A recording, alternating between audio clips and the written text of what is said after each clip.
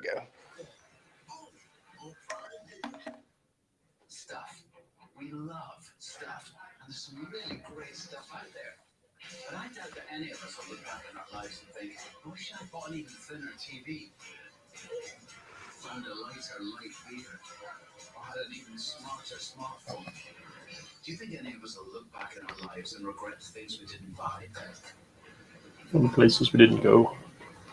Or the places we didn't All right, we're going live here in 1 second. I know we're live on the channel. Just need to load one thing up on my computer. Switch your home and auto policy to Farmers. You can save yourself an average of $730. That's something. Get a whole lot of something with Farmers. We are farmers. Bum, bum, bum, bum, bum, bum.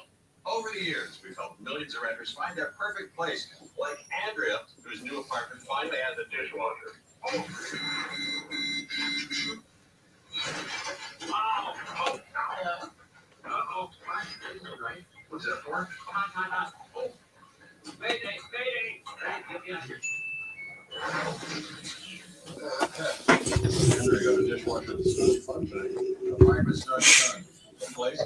Anybody out there?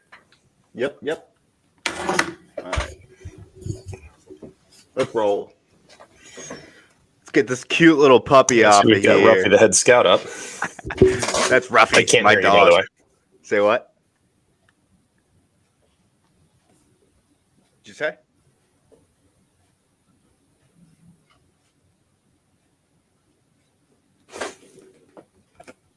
Go now. Can you hear me? I got you. That was my fault. I got an echo. Mother of God. It's because you don't have your headphones on, you goofball. I didn't have headphones on yesterday either.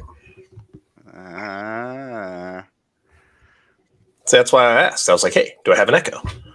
Oh, well, now, let's see. I don't have an echo anymore. Okay. I moved my mic a little bit. I think the range matters. Perfect. Well, welcome back to the Gridiron Ratings draft coverage. This is technically the Chop Shop pod. We were on yesterday with Jordan Vanek from 4 for 4 and went through an hour and a half of breaking down all of the rookie picks from day one of the NFL draft. Last night, things got exciting finally for offensive players. I know a lot of wide receivers went in round one, but we got a couple quarterbacks in here. We got a couple running backs, actually quite a few running backs.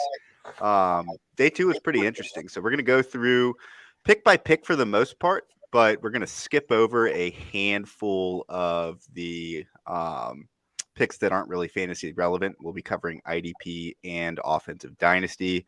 Again, I'm Ronnie Evans at Ronnie A. Evans on Twitter. I'm also on Reddit at Mr_Football. This is Jeff, founder of Gridiron Ratings. He's on Twitter at NFL_DiMatteo. And got anything to add, Jeff, before we just go ahead and hop into this thing? I'm ready to just dive right in. Let's hit it. Yeah. All right. Well, let's go ahead and pull this up. So we're looking at round two, right? Here's a breakdown of a number of the picks that went for offensive line. Again, we're not covering offensive line or cornerbacks. There's actually a lot that went in these two rounds, mostly in the third, surprisingly. But anything you want to add on the offensive linemen in particular? You know, I feel like the Colts stole Bernard Ryman. Yeah. I mean, this is a guy who's a converted tight end, super athletic. You know, he's going to fit well as a tackle, and he can do a lot of the things they're going to ask him to in terms of just, you know, facing up and keeping edge rushers away from Matt Ryan. I expect him to play pretty early, and to be getting him the 13th pick in the third round is pretty legit. Also really love Cam Jurgens. Mm-hmm. You know, he's going to end up being a dominant center who can do a lot. He's a smart guy who can actually manage protections and all that. And I think that's pretty important when you think about, okay, you know, Jason Kelce's going to retire after this year, or at least that's the way he spells it out. Jurgens can step right in. If Jalen Hurts is still the quarterback next year, you don't need to worry about putting those protections on Hurts next year. He can continue to kind of slow grow instead of, you know, having large chunks of the game dropped in his lap. Yeah, I can see that. I also love the Dylan Parham pick over for the Raiders. I thought that was a steal there at the end. A lot of people had him going potentially at the end of round one, early round two. So to get him at the end of round three was pretty interesting.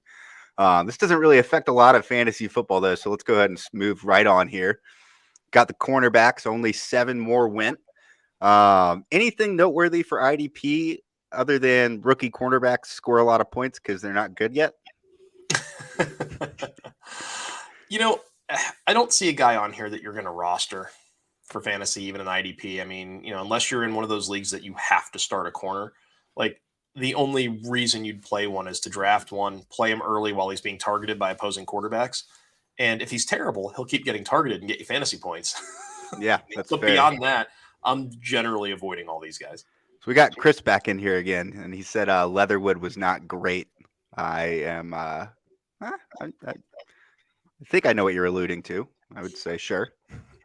Rookie linemen take a minute to get going. It's a situation where he was overdrafted to begin with, but let's give these guys a couple of years to really understand the NFL game, because the blocking assignments, the way they're expected to break down, different concepts and things is very different even than what you see in the SEC. Yeah, agreed. So we also, yesterday, we went through pretty much every single player besides offensive line and cornerback. Today, we're only going to cover like the main guys from the 74 picks that were taken in round 2 and 3. And so these are just a couple guys that we feel like you can mostly ignore in Dynasty on offense and IDP. A couple names in here that might surprise people. You shouldn't be surprised that we have Tyquan Thornton on there. Wan'Dale Robinson went fairly early in the second round to the Jets. Jeff, just a couple comments on him and why we're mostly saying just go ahead and ignore him or grab him late in your rookie drafts.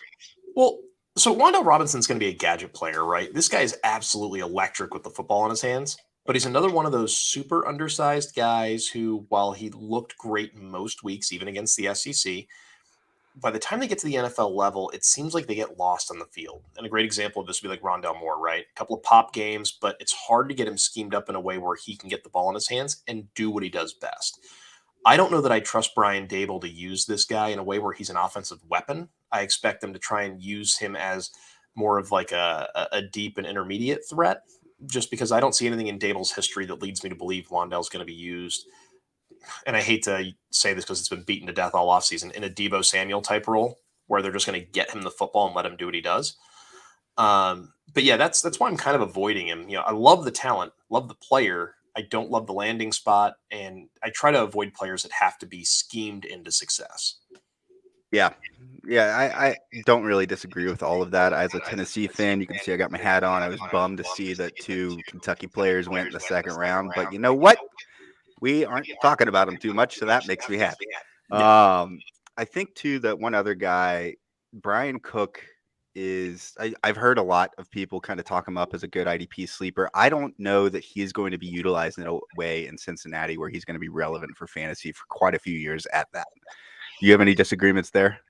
Well, he went to Kansas City, not Cincinnati. I'm sorry, Kansas City. I was reading Cincinnati's where he went to college. Thank you. I figured. He's going to be a couple of years away. Like, this isn't a guy where the way the Chiefs rotate their safeties around, I just find it hard to believe he's going to see the field. They went and added, was it Jordan Reed, the kid from Houston, to basically replace Tyrann Mathieu. They got rid of Sorensen, but then they drafted McDuffie, who could play corner and safety. I think he'll eventually transition to safety. You got Cook. I just don't know how he gets on the field with Thornhill still there. It's just a really crowded defensive backfield. And so sleeper, sleeper, but you're probably in a coma. It's a real deep sleep. Yeah. No, agreed. All right, let's move on to the round 3. Before we jump to round 3, a couple of these guys do deserve some mentioning because they are some bigger names. So as we shoot through it, hey, Logan Hall, he's going to be an interior defensive lineman. If you're playing IDLs, he might be worth considering as a taxi squad guy. You're otherwise going to avoid him. Boye Mafe, athletic guy coming off the edge.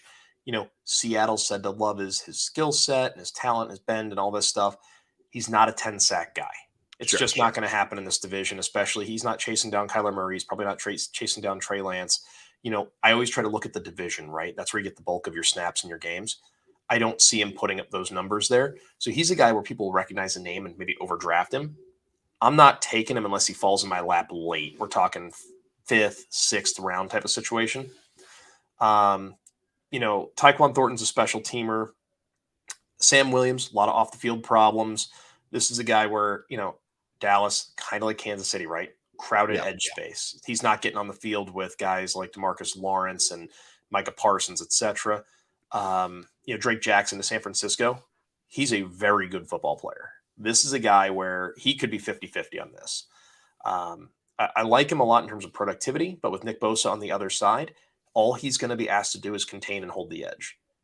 When you're asked to contain and hold the edge, that doesn't equate to tackles and sacks usually. So that's kind of why we put him on the ignore list, and I used him as a guy where I don't want to go into too much depth. We like to think that maybe they'll figure out a way to get him, in the backfield and get him getting home. But right now, you probably need to slam on the brakes. I agree. And just a shout out to King Drew over on the Dynasty Fantasy Football subreddit. He said that he'd like to know what the Patriots are thinking with the Tyquan Thornton pick. Didn't even see him on any draft board. Well, Nike made the picks. Yeah. Belichick's dog is the one running the draft this year. So, I mean, to be fair, Thornton and, the kid they took, Cole Strange, in the first round, they probably could have traded both these picks out and had both of these guys in rounds 3 and 4. And so, I mean, maybe Bill knows something we don't know, but they seem like really serious reaches to me. If you're a Patriots guy, the Cole Strange kid feels a lot like Logan Mankins in terms of the way he was reached for, general skill set.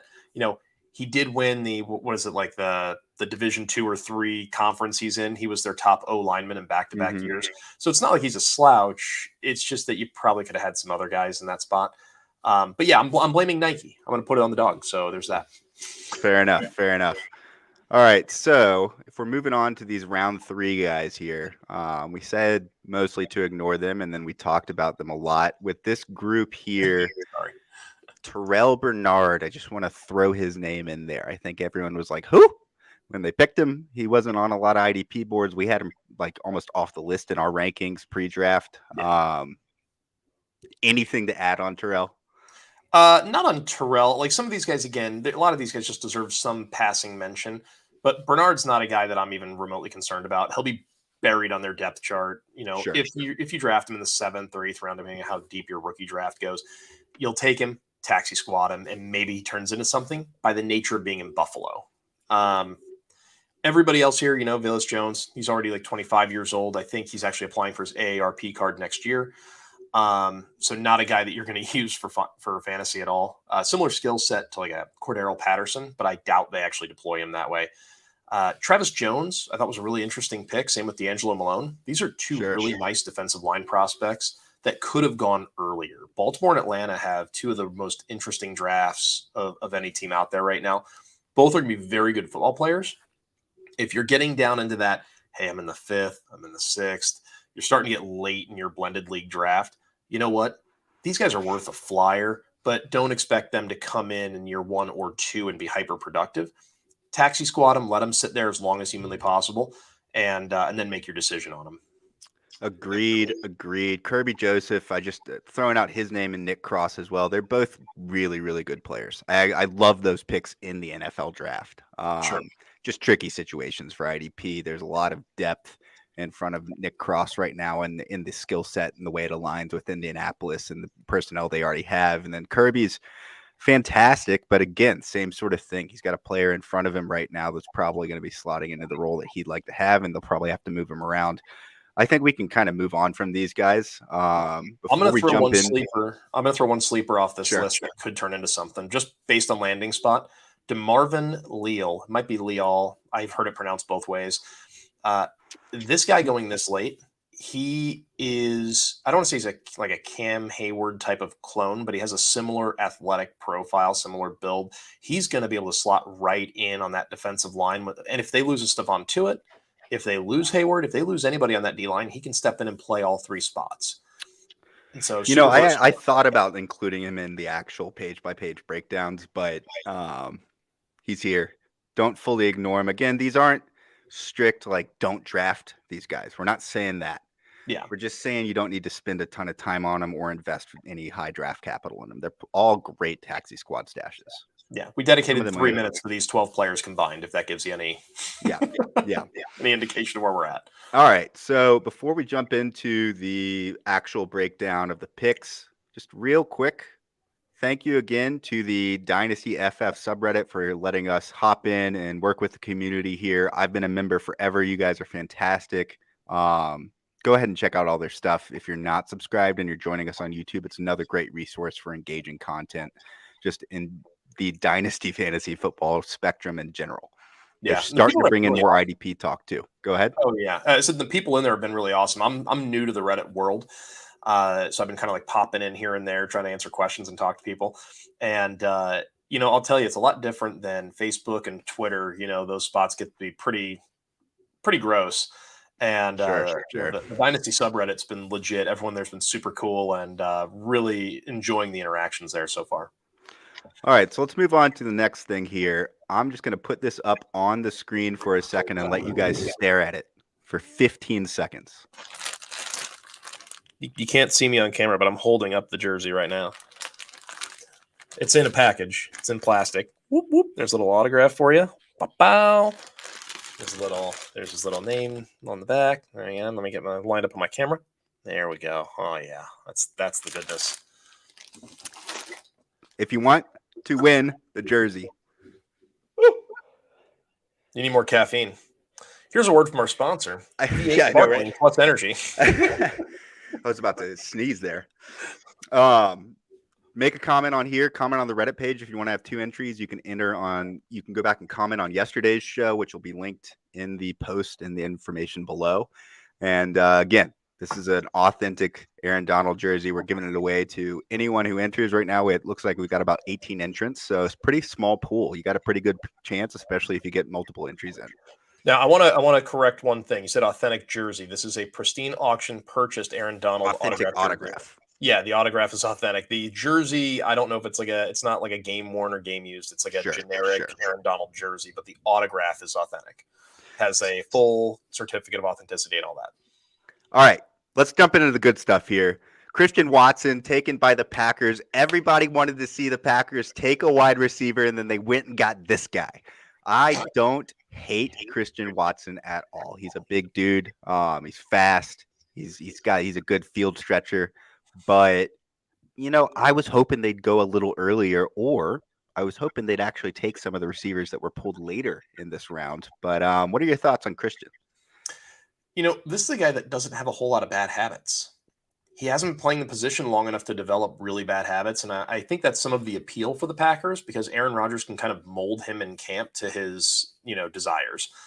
And so, you're talking about a dude who's 6'4" and runs a blazing 40 time. He can do a little bit of everything. Occasional lapses in concentration. There have been some drops. Now, drops are not a sticky stat from year to year, so I'm not too concerned about it. But it is going to be something where when the lights come on and things get real, is he going to be able to keep that focus and make sure he's getting, technique-wise, getting his hands on the ball, securing those catches?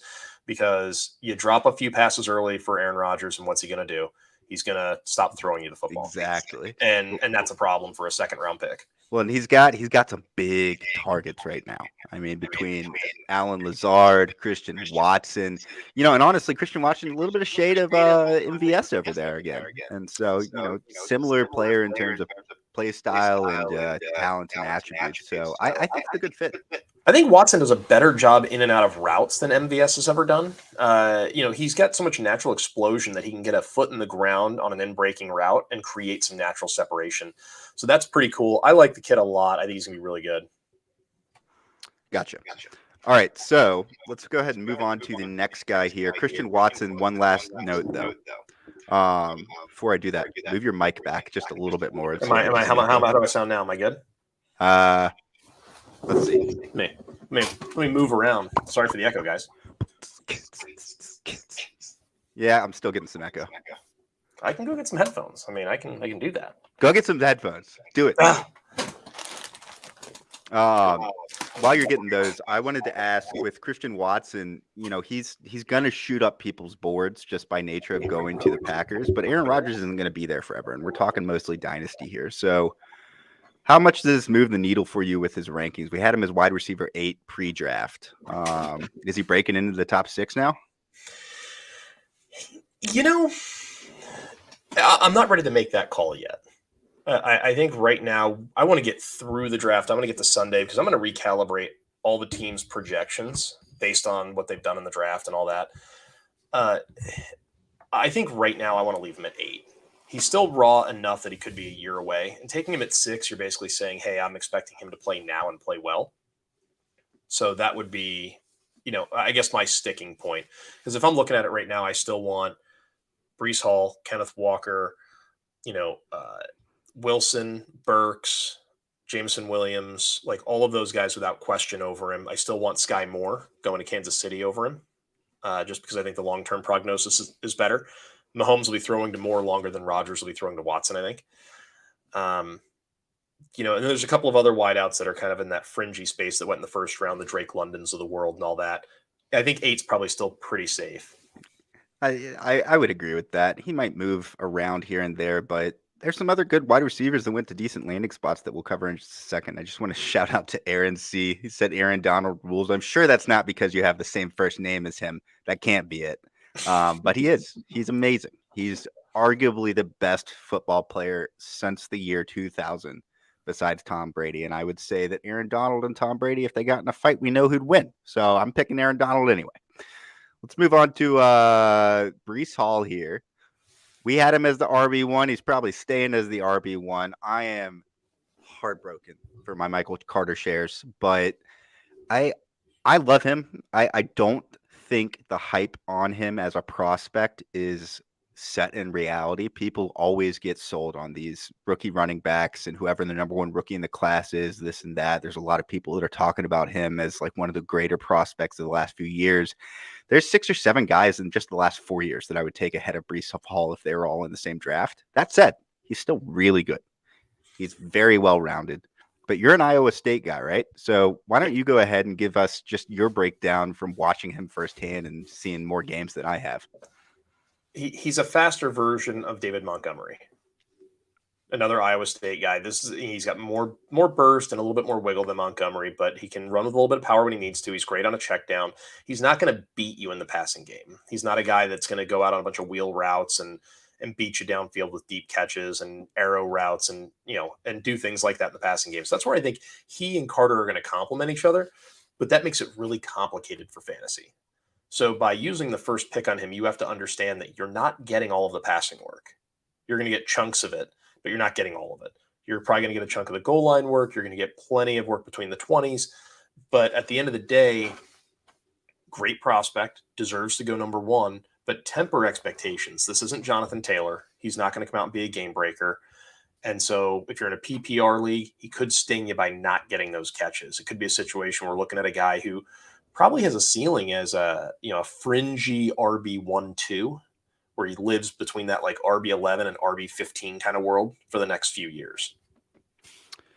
Yeah, I think that he definitely is going to be an in and out RB1. He might have a couple years where things pop if the Jets continue to build a really solid team. And they've been knocking this draft out of the park. This was the first pick they made where I thought to myself, again, I guess they got the best player at the position, but with this running back class and with the amount of talent that was still on the board, I would have preferred to see him go elsewhere. But that said, I mean, Michael Carter and Breece is a fantastic tandem. And if Zach Wilson can't figure it out now with Carter, Breece, Wilson, Moore, everyone else they got over on that team, Corey Davis, right? Like the whole thing is just, is Corey Davis still there?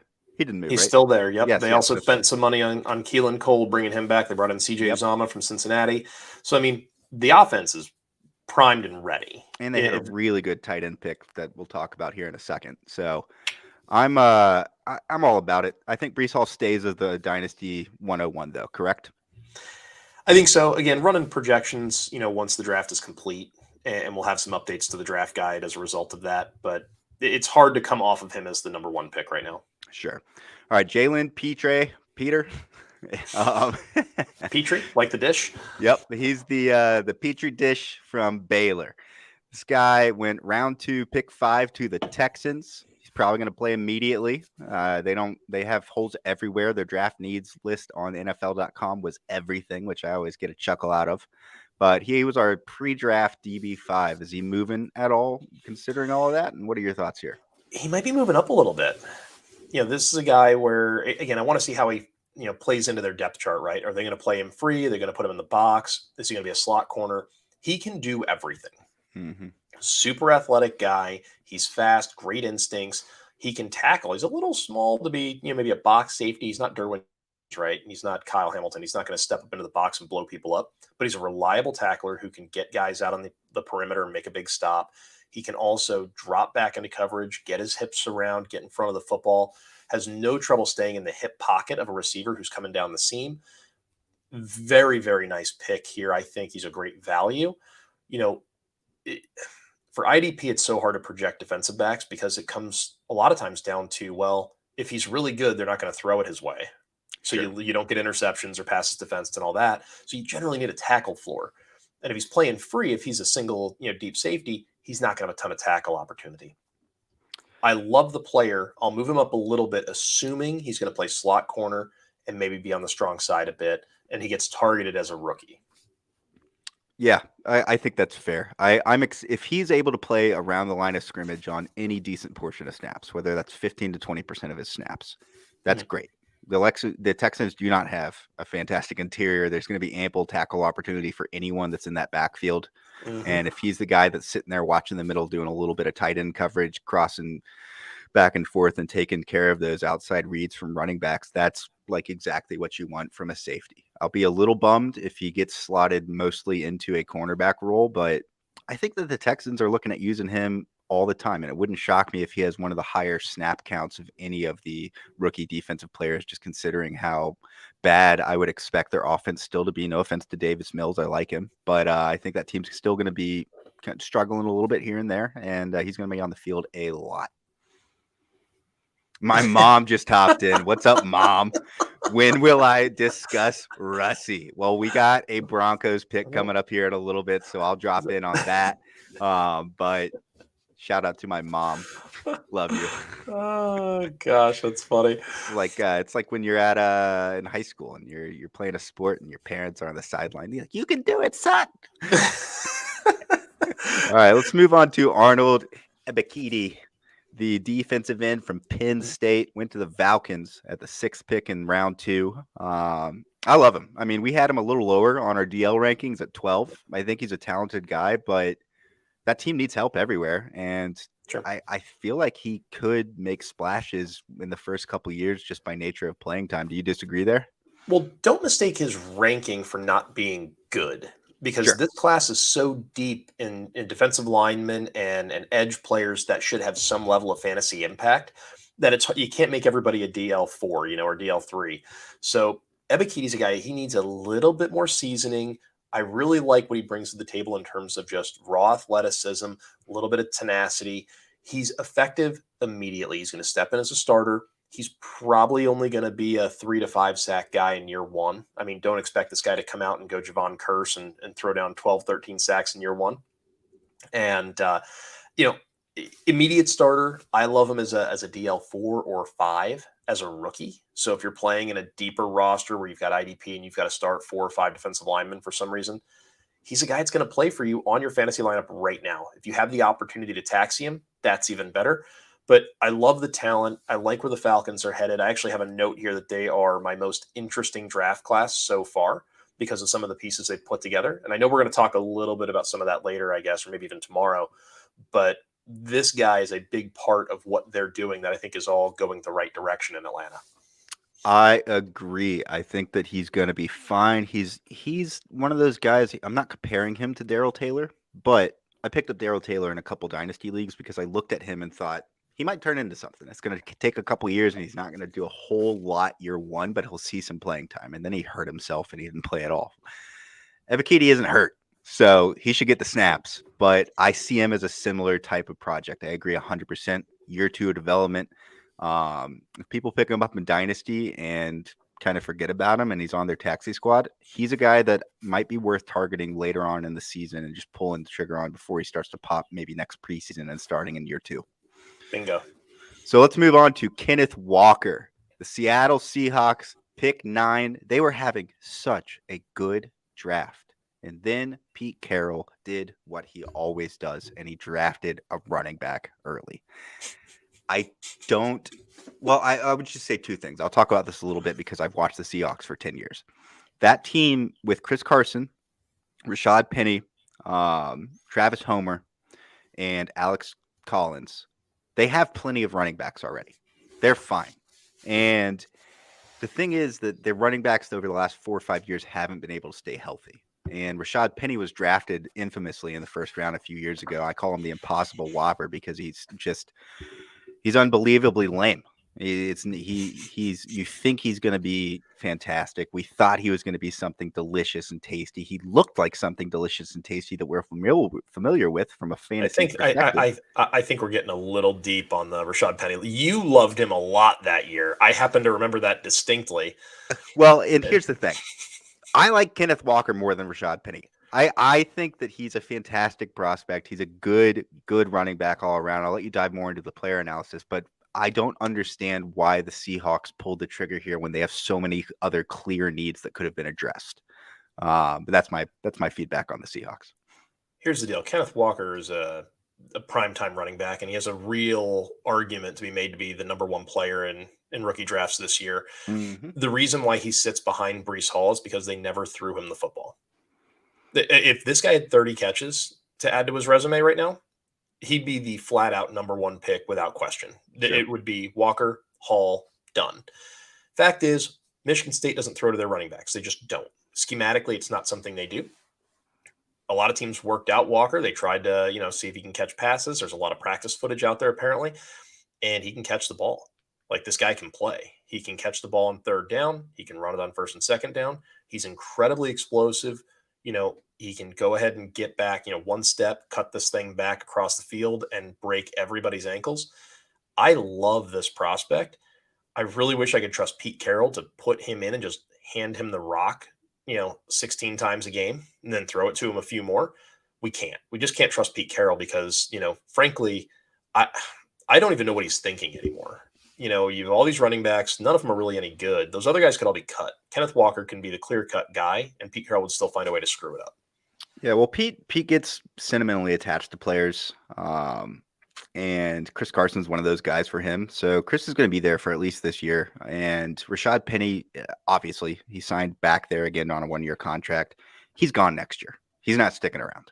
Yeah, and I think Walker takes this job in the preseason, and if he outperforms all these guys through the first few weeks, it'll be on Pete as to whether or not this guy actually becomes fantasy productive. Yeah, because what I envision is Walker coming out, blowing the doors off of the preseason, beating up these guys on a per touch basis for the first few weeks, but it's unreliable. People get frustrated, start dropping him in their redraft leagues. And then, finally, when the Barbarians are at the gates in Seattle and they're calling for Pete's head, they'll start handing this guy the rock, and then he's going to light the world on fire. I agree. I think he's fantastic, and Rashad Penny and Chris Carson will get hurt by week 8 anyway, so he'll get his opportunities. Chris Carson hurt? Never. No. John Mechie III, wide receiver from Bama. We had him as wide receiver 16. He unfortunate injury there at the end of the season. It sounds like he's coming back along from that fine, but he went to the Texans, right? And they've got Nico Collins, who I love. I think Nico is a fantastic NFL wide receiver. He's got a ton of potential. Might not ever be like that guy that you need on your fantasy team, but he could be a reliable fantasy wide receiver 3, 4 that jumps in and out depending on the week. But Brandon Cooks and John Mechie, pretty similar players, right? Well, I think Mechie's more of a technician than Cooks. Sure. I mean, Cooks is a lot more explosive. Mechie's a guy that runs really good routes. He does all the things a coach really wants done. He's going to come out, he's going to run great routes. He's going to know everybody's routes. He can step in and go slot outside. He can take on any role in the offense at that point. He's not going to wow you, with a ton of long speed on the field. He's not going to make incredible one-handed, catches all the time. He's not that guy. He's just going to show up. He's going to move the chains. He's going to, do the things that are asked of him and keep it moving. The only trouble I have with him here is, to your point, you mentioned Nico Collins, Brandon Cooks, Brevin Jordan made a lot of big steps last year. You bring in Mechie, you've got 7 running backs, and Davis Mills is the trigger man. I don't see more than one fantasy asset coming out of that offense, and that guy's going to be Cooks. So when I think about Mechie, my question becomes, is Davis Mills the long-term answer at quarterback? And if that's the case, if they're going to ride or die with him for the next few years, then you know what? I'm going to avoid John Mechie and I'm going to wait for his value to sink. And then when they go to change passers, maybe I'll buy into him.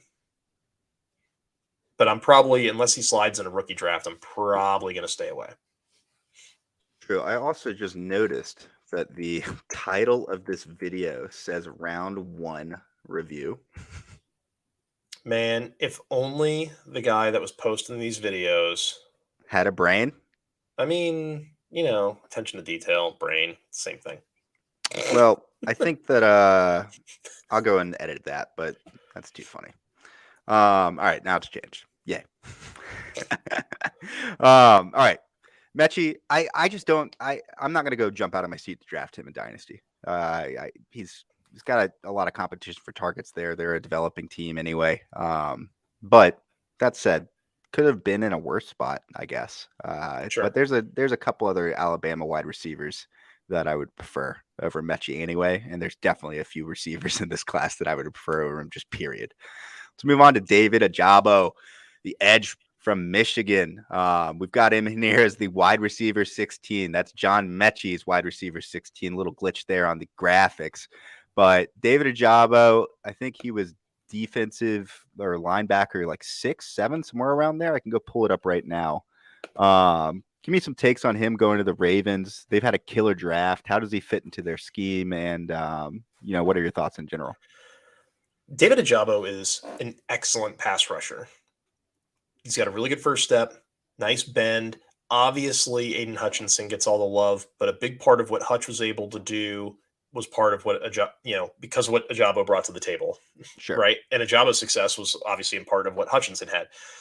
The fact that this guy is going to have a year to redshirt, get healthy, and then he's going to come back and be opposite of Odafe Owe over there in Baltimore. You've got 2 big, fast, strong guys coming off the edge. Sorry, Joe Burrow. Sorry, Kenny Pickett. Sorry, all those guys are going to be in for a bad time because you're going to have those 2 guys with their ears pinned back coming off the edges. And then, Baltimore also went and took another big defensive tackle, and they're going to be throwing it at Kyle Hamilton and Patrick Queen. Baltimore's had an incredible draft. Ajabo should have been a first-round pick if he wasn't hurt. He would have been a top 10 to 12 pick probably. Yep. And the fact that they were able to steal him where they did is just another feather in the Ravens' cap. If you're a Ravens fan, I'm sure you've had a hell of a time this draft. It is fantastic. You should be partying. And as a 49ers fan, I am jealous of everything you've been able to do. Well, so we had him as outside linebacker, edge, defensive end in that category here. He was number 5. He was ahead of George Karlaftis, Arnold Ebiketie we just talked about, Boye Mafe, just listing some guys here that went in round 1 that he's ahead of. So, yeah, I'm all over it. I think he's going to be fantastic. Is he? Where's he sitting for you in Dynasty IDP drafts? Somebody you're going to target at the end of the 2nd, 3rd round, or are you waiting a little bit? So this really depends on my roster build, right? Am I competing? Am I trying to – if I'm winning a championship right now and I need one more player, I'm probably going to have to pass on him and get a more impactful guy because you'll have to take him, I would imagine, in round 3-ish because the talent level's too high. He'll be probably the 7th or 8th IDP player off the board, and if he's not, you're stealing him. If he's going after that, you're definitely robbing your league blind. If I'm in a rebuild mode – and I can sit on him for a couple of seasons, I'm going to take him. I'll take him as high as the 3rd and taxi him. I don't mind. So it really depends on my roster build. But this is going to be an excellent football player. He's going to bring you a ton of sacks, a lot of tackle upside, and he can also drop back, cover a flat. He can give you a little bit of everything. Really unique talent at the edge. Gotcha. All right. So let's move on to Jaquan Brisker, safety from Penn State. Went pick 16 in round 2 to the Bears. Jaquan had him as the DB4. Pre-draft. I love him. I think he's super talented. And they needed some help in their defensive backfield. So is he a guy that is going to stick in the top 5 for defensive backs for you, like after the draft? What are you thinking on him? Probably. This is another team that's not very good, especially in the front 7. And Brisker is a guy that we covered with some depth on Getting Defensive, one of our other shows here on YouTube, during the combine process, during the Senior Bowl and all that. Exceptionally athletic player. This is Yeah. a guy that, he measured well. He's got incredible explosion. He can jump, he can run, he can do all these things. He's not as instinctive as you would like, but he's so athletic that he makes up for it all the time. On the back half, he'll be that guy with Eddie Jackson, running around, knocking balls away on third down. And he'll be that thin red line between, the opposing offense getting a first down and the punt team coming out. And you can see that when he's at Penn State. He's always making that one clutch play on third down. Yep. He's constantly getting that tackle right before the sticks. He has such an understanding of what's happening on the clock, what's happening on the field. He just gets it, and he's always in the right place at the right time. Super talented guy, but most importantly, I think for a guy that you want to anchor the back end of your defense, and this to always translate really well to fantasy and IDP, he's really good between the ears. And that's in the end. Athleticism, everything is great, but if the guy can't figure out how to be in position and diagnose plays while they're happening in motion and pre-snap, it's going to end up hurting you. We've seen it time and time again with guys, and even like Taylor Mays. That's my prime example. Taylor Mays. Taylor Mays is a great example. People were all over him as a rookie, but broke my heart.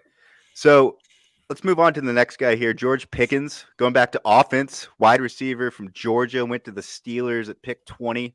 I don't know what to think of this. It's apparently he was like really gassy or something during all his NFL interviews. Just not. He had bad interviews, man. He smelled. It was awful. Didn't answer his questions correctly either. The gassy part's a joke, but I don't know what. Sure. I like that they're picking a wide receiver. I don't know if Pickens is the wide receiver I would have gone with, but we did have him as the wide receiver 6 pre-draft, and I think he has a ton of upside. I just worry about his between the ear stuff, and maybe am I reading into the interview process too much here with him? Probably. Wide receivers by nature tend to be divas, right? Sure. And I think there's some of that, especially for a guy who broke out as a true freshman. Like, he's an 18-year-old just making these guys look foolish. I mean, he took Roger McCreary to task at Auburn repeatedly. He beat up all the guys at Clemson repeatedly.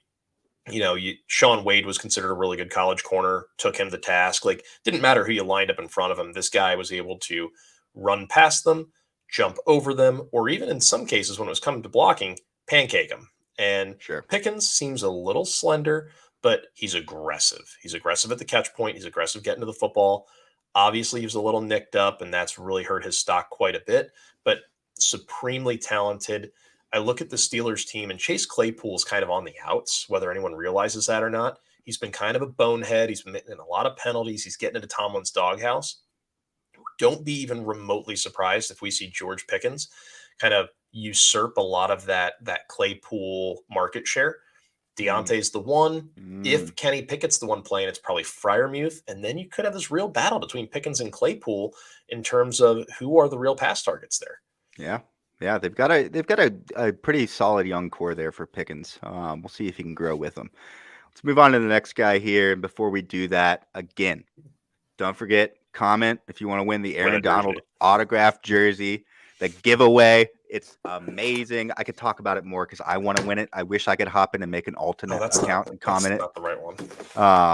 That's an autographed helmet, not a jersey. Oh, yeah.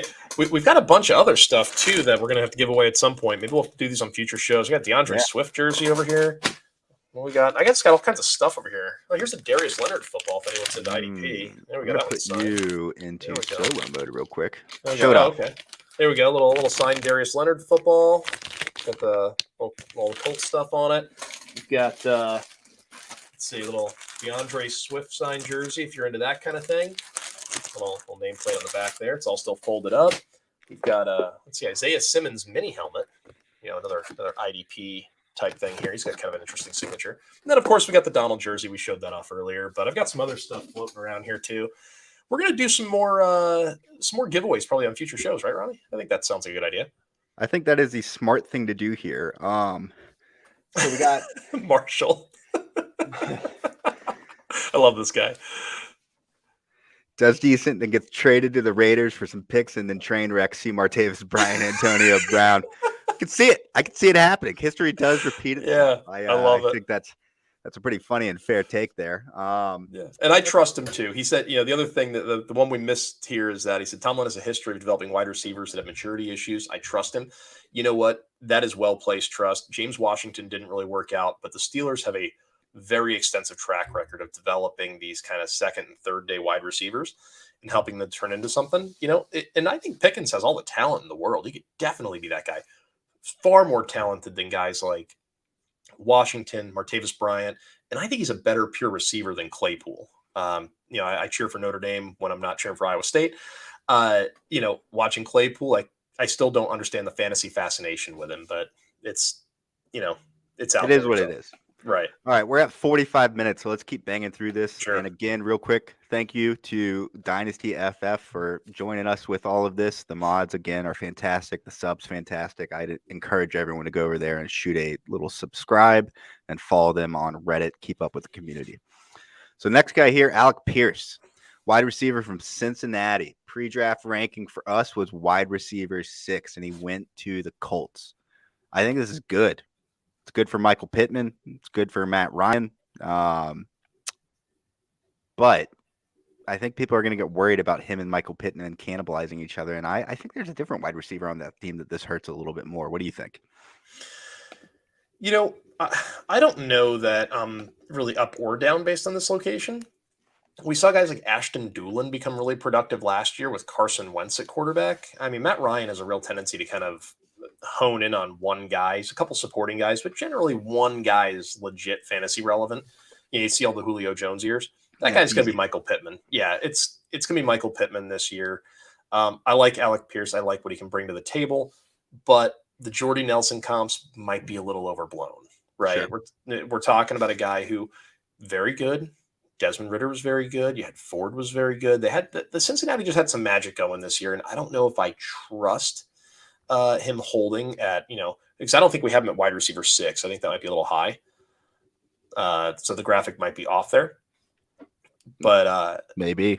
Yeah, but this is a guy where I'm willing to punt until probably late round 2, mid round 3.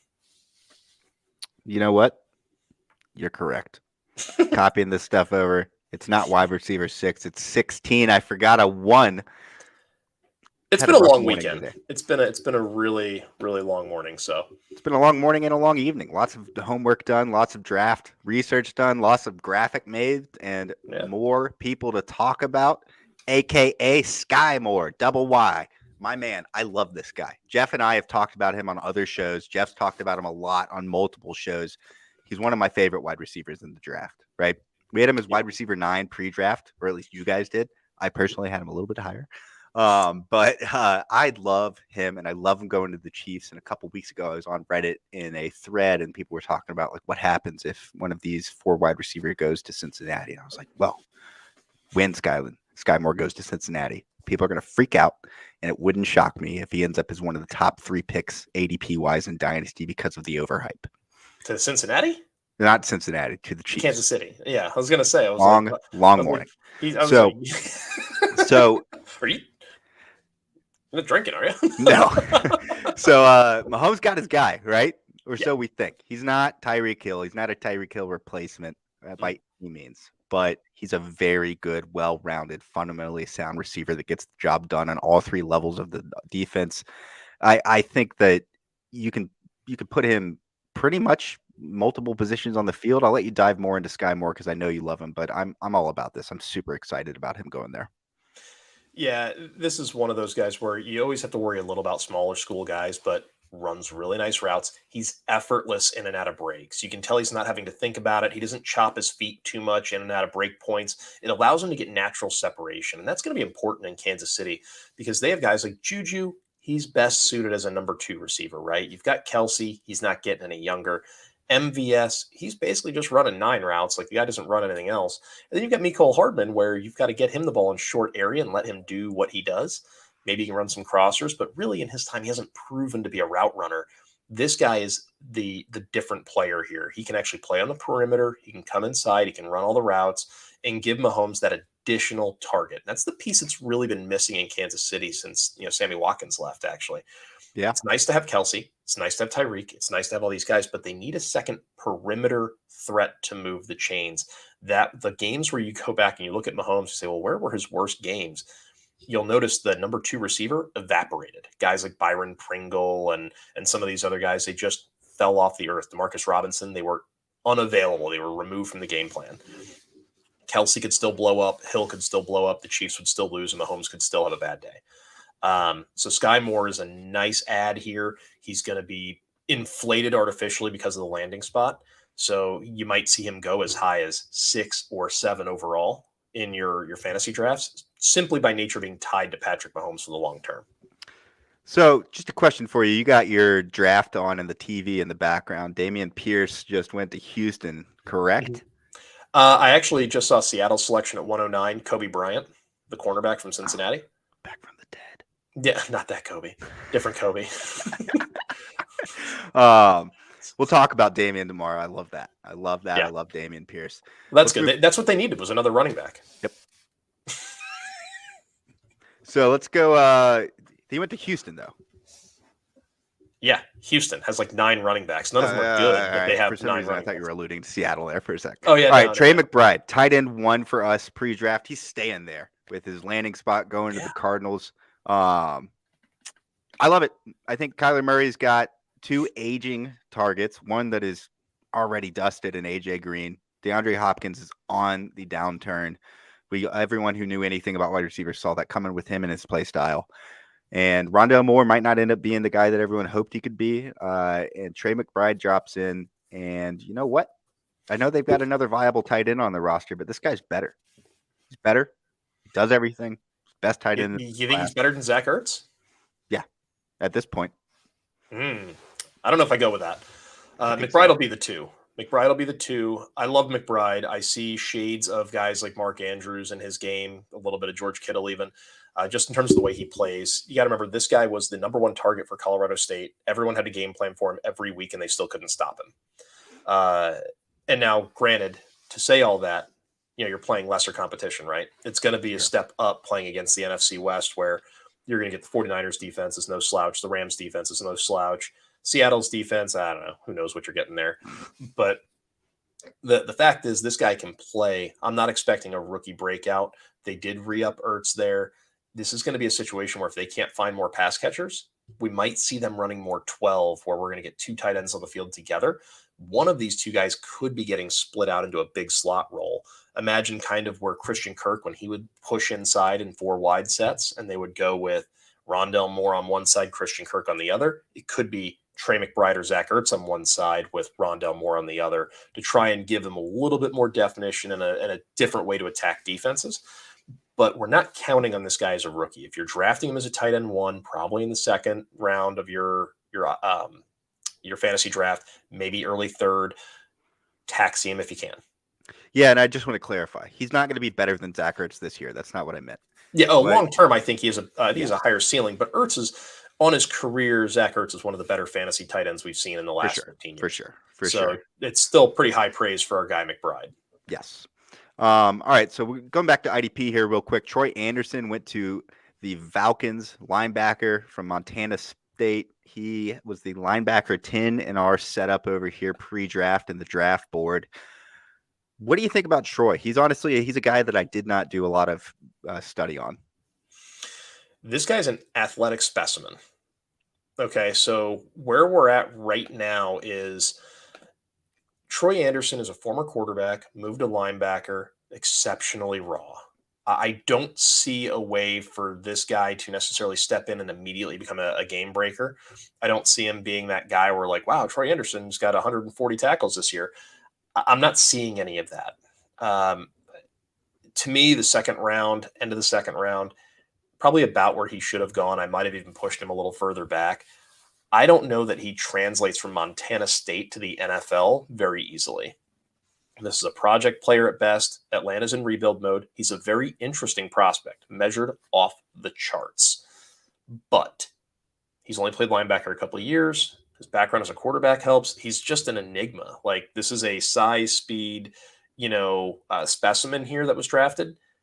I've got him pushed pretty far down the ranks because at the end of the day, you've got to collect tackles. You've got to get, reliable turnovers. And I don't see that with this guy, at least in the short term. Fair enough. All right, let's move on to James Cook here, running back, Dalvin's little brother from Georgia. I was surprised to see him go this high. Round 2 to the Bills. Devin Singletary owners a little nervous. Should they be? Oh, I think so. Yeah. I mean, Singletary kind of blew up at the back end of last year and played really well and put up a bunch of fantasy points. But James Cook is, he's faster than Dalvin. And if you don't believe me, go ahead and ask him. He'll tell you all about it. He actually challenged his brother to a race on NFL Network the other night. So allegedly they've never raced, and he says he's faster than Dalvin. He'll beat him in a foot race. But, great collection of tools here. He can catch the ball. He catches the ball like a receiver. He could be split out pretty easily. Considering the number of injuries we see at running back every year and how it's really a war of attrition, this is a guy that you're going to draft probably in the second round again of your rookie draft. You're going to take him. You can't really taxi him unless you're exceptionally deep. He'll play this year on some level, and I have a feeling that for 6, 8, 10 games, he's going to be one of those guys that's really useful just because of all the other injuries that'll likely take place at the position. I think that's fair. I like him. I think that he's going to be a guy that could definitely splash year one as a rookie. It's going to require, like you said, a little bit of a shake up on the roster, movement there, but talented guy, speedy guy. He's overall pretty solid. Definitely like him more than Zamir White. And I don't know. I don't have much else to add. You pretty much covered it all there. Yeah, I think if you've got Zach Moss, you're probably more concerned than if you have Devin Singletary. For sure. All right, so Nick Benito. Round 2, pick 32. Right. A little typo on his name there. Sorry, guys. Production's slipping a little bit here on. Yesterday was so good. Yesterday was so good. Today I was just slamming. I'm tired. So we're living on energy drinks right now. Another word from our sponsors, V8 Sparkling Plus Energy. So we had him as the LB5 pre-draft. That is technically, though, outside linebacker, edge from Oklahoma. Mm-hmm. This guy going to the Broncos, there was a lot of talk about Browning being moved to an outside linebacker role. I think this can ease those concerns for Broncos fans a little bit. I love it. I think the Broncos did a great job so far with their couple picks in the draft. What do you think of Nick? He was hard to pass on. He should have been gone in the early second round. He's the reason why the Broncos didn't take Chad Mumma with this pick. Mumma ended up going a few picks later to Jacksonville. But, I look at Nick Benito and I see a guy who's, a nice edge, quick first step. He can get after the quarterback, very active hands. His hands and feet are generally in really good rhythm. So he can go ahead and set up multiple moves to get around the tackle. As I look around the AFC West and I see, okay, well, Kansas City's O-line's pretty good. And the Raiders, they need a little bit more help. And then you have the Chargers, they're pretty good. I don't see a double-digit sack guy here. But he's going to be reliable enough where if you're playing in a sack-heavy league, he could probably still get you, probably 8 to 9 sacks a year pretty simply, even as a rookie. If he steps in and plays opposite of Bradley Chubb right now, you could see him go ahead and see some of those numbers right out of the chute. I can see it. I think the Broncos continue to be smart with their drafts. They traded back for a few times. George Patton's doing a really good job over there, and obviously that they had the best 9th overall pick or 10th overall pick in the first round with Russell Wilson. So, shout out to the Broncos. Let's move on to Brian Asamoah. Everyone loves Brian. I've heard his name so much this offseason. Yep. He's a linebacker from Oklahoma. Went round 3, pick 2 to the Vikings. I think it's a good fit there. I'm a little curious about your thoughts on the depth chart, how he'll slot in, and what his potential is year 1 and year 2. Year 1, don't expect anything. He'll be rotational at best. This is one of those guys and this is where the NFL mindset kind of breaks my brain sometimes. One of the big concerns on him was his size, right? He's about a 228-pound backer, about the same size as Nakobe Dean, who was also the Butkus Award winner. If it wasn't for a shoulder injury, Dean would have been a first-round pick. Asamoah, super fast, very active, can cover the flat, can string out run plays if needed from the inside. If he's playing out on the edge, he can contain push plays back inside. Going to get gobbled up by NFL offensive linemen, though. He really needs to be in a spot where he can kind of run and hit a little bit. Want to see him out on the weak side. Considering where the Vikings are headed in a 4-3, if they're placing him inside and expecting him to be kind of that off-ball guy, that makes sense. Let him cover and do some things downfield. I'm curious about the fit. I would have rather have seen him go to a team where he could be a true will, more run and hit and take advantage of his speed and athleticism and his ability to just, sniff out the football. So it remains to be seen. But, the Vikings, I'm sure, won't be a traditional 3-4. We're likely going to see a lot of multiple. And when they go into those kind of even man fronts, that's probably where we'll see Asamoah come in, be that run and hit linebacker. I think that's fair.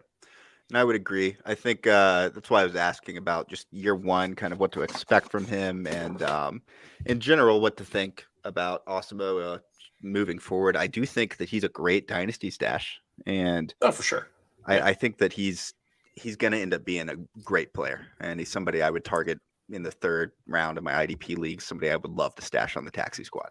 I think it's fantastic. Great. Great might be a stretch, but I think he's got a linebacker 3 type ceiling. Well, and that's rosters are. When I say great, I mean viable in your fantasy lineup. Not okay, elite. I want to make sure that everyone understands that when we're talking about it here.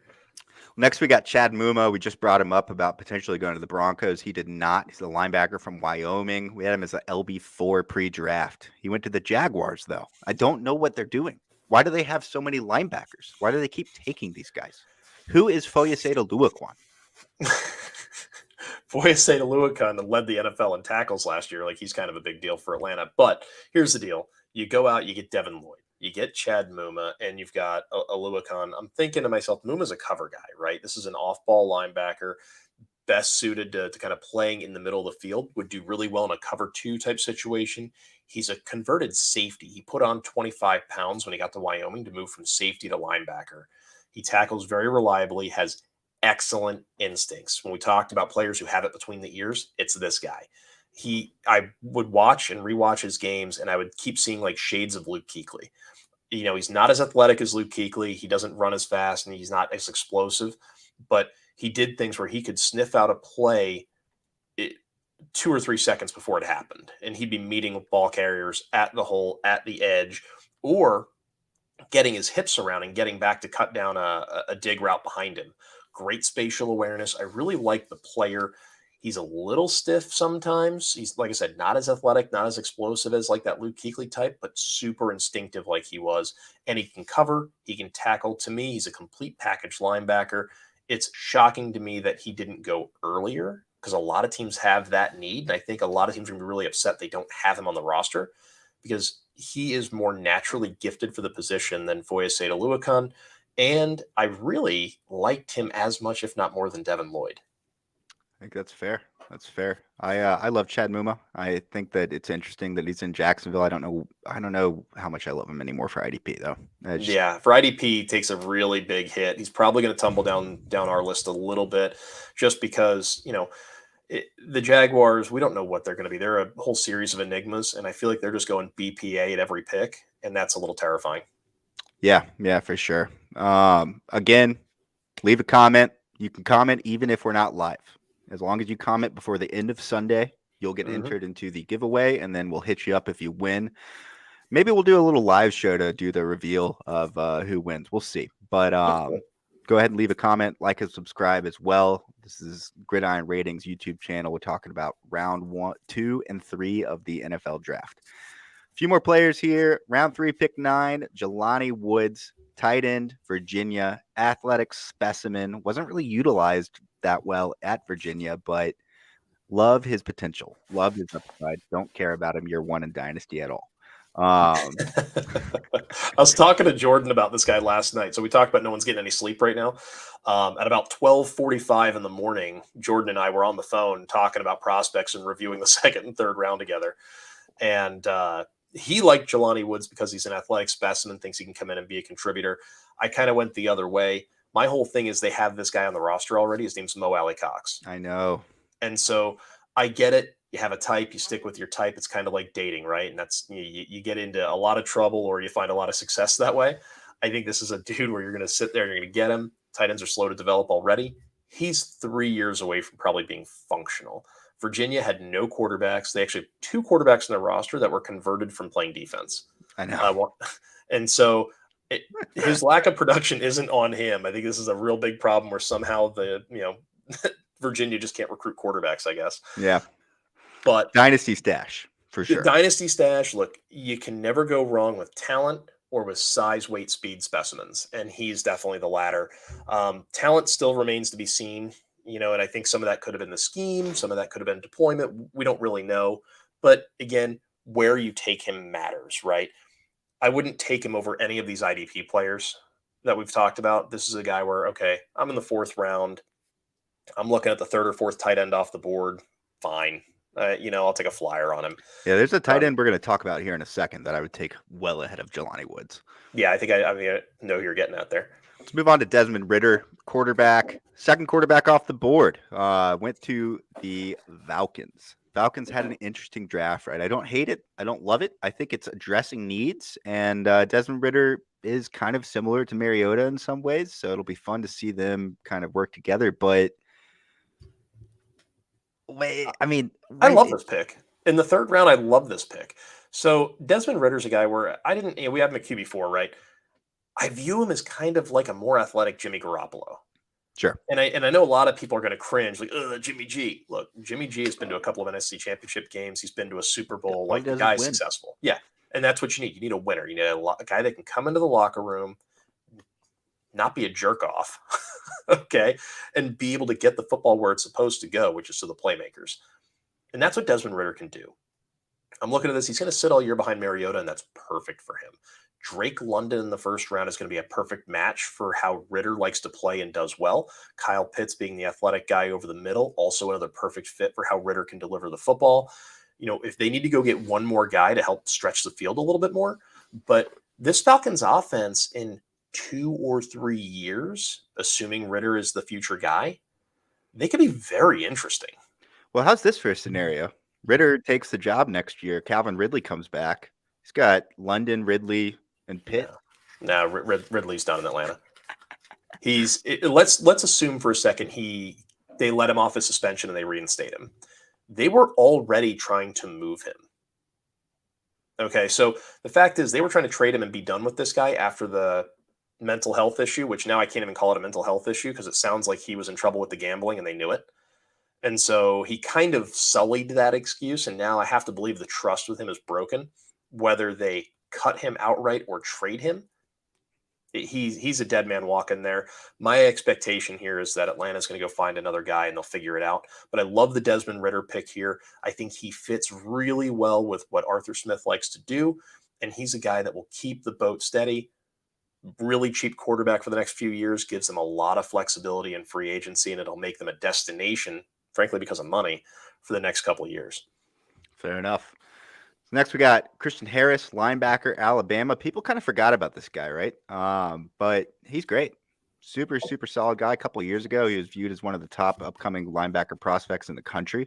And I like him. He's a little lower on our board just because we have these outside linebackers in these straight-up linebacker rankings. So he's probably like the 7th, 8th guy on the linebacker list for us. But him going to the Texans, again, they need people everywhere. So I don't know what to think of him for IDP, though. And Jeff's giving it a thumbs down. What do you not like about Christian Harris?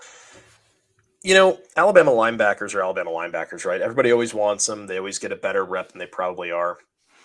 The way I'm looking at Christian Harris is a guy that he doesn't get out of his stance quick enough. He doesn't, wow me with explosive speed. He doesn't wow me with great instincts. He was a great asset when he came in, but he's shown no growth during his time at Alabama. That terrifies me as an IDP, player. I'm saying, okay, well, this guy is coming in, spent 3 years at Alabama, and he didn't show any growth in pass coverage. He didn't seem to get any better at, diagnosing the run. What is it he's doing well? Where's his ceiling? I think we're there. We've seen his best football. That means this guy, at the very best, we're talking about a low end, like linebacker 6.